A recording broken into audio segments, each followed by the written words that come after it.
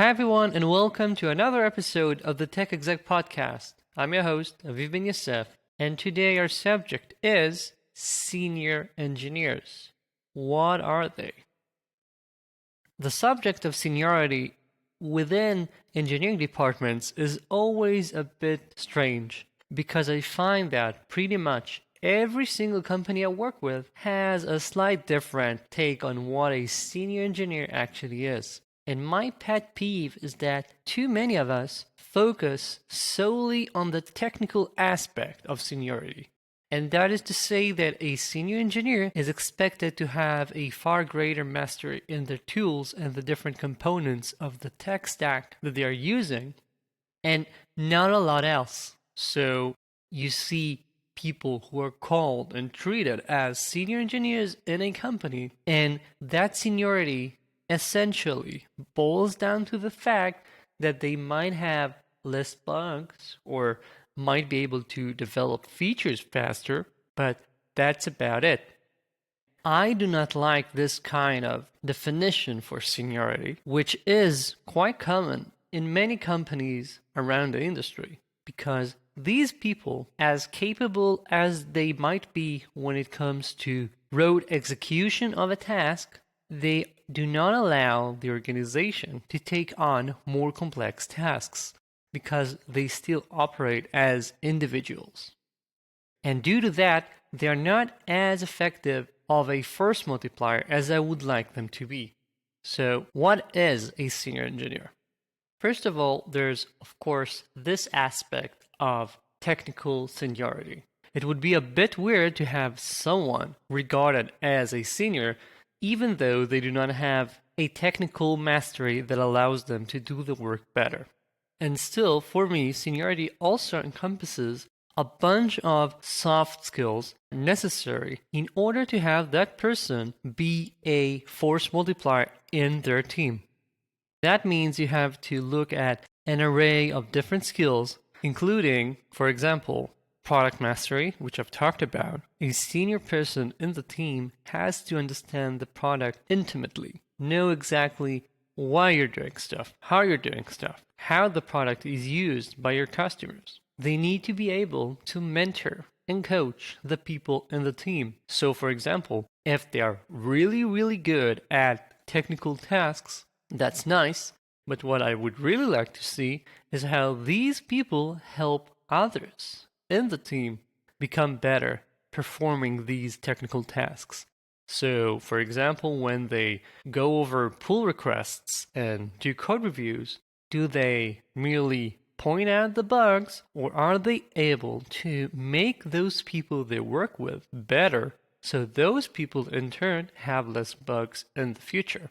That's the kind of mentoring I would like to see a senior engineer doing. Next, how innovative are they? Do they regularly challenge the status quo so that they push the organization forward? You do not want yes men or yes people to constantly agree and just move on and take orders. You want people who will let you know when you're doing things wrong, who will come up with their own new ideas and approaches of doing things. Yes, that requires more effort as a manager, but that's the only way to create a really good organization. They need to be innovative and they need to speak up. Also, they need, of course, to be great at communicating. I've been talking about communication with my clients all the time, and quite a lot more in the past few months when we have all moved to work more remotely. That is because we have less streams of information now that we do not see each other regularly, and we have to communicate more using emails and messages and so forth. And that is where people who communicate clearly, especially in a written form, are doing superbly well. And that's another aspect of seniority for me. And one last aspect you should be looking for in your senior engineers is their ability to self-manage and manage others. And I'm not saying that every senior engineer is a manager. I am talking about the ability to take a responsibility on themselves and be in charge and responsible for it end to end.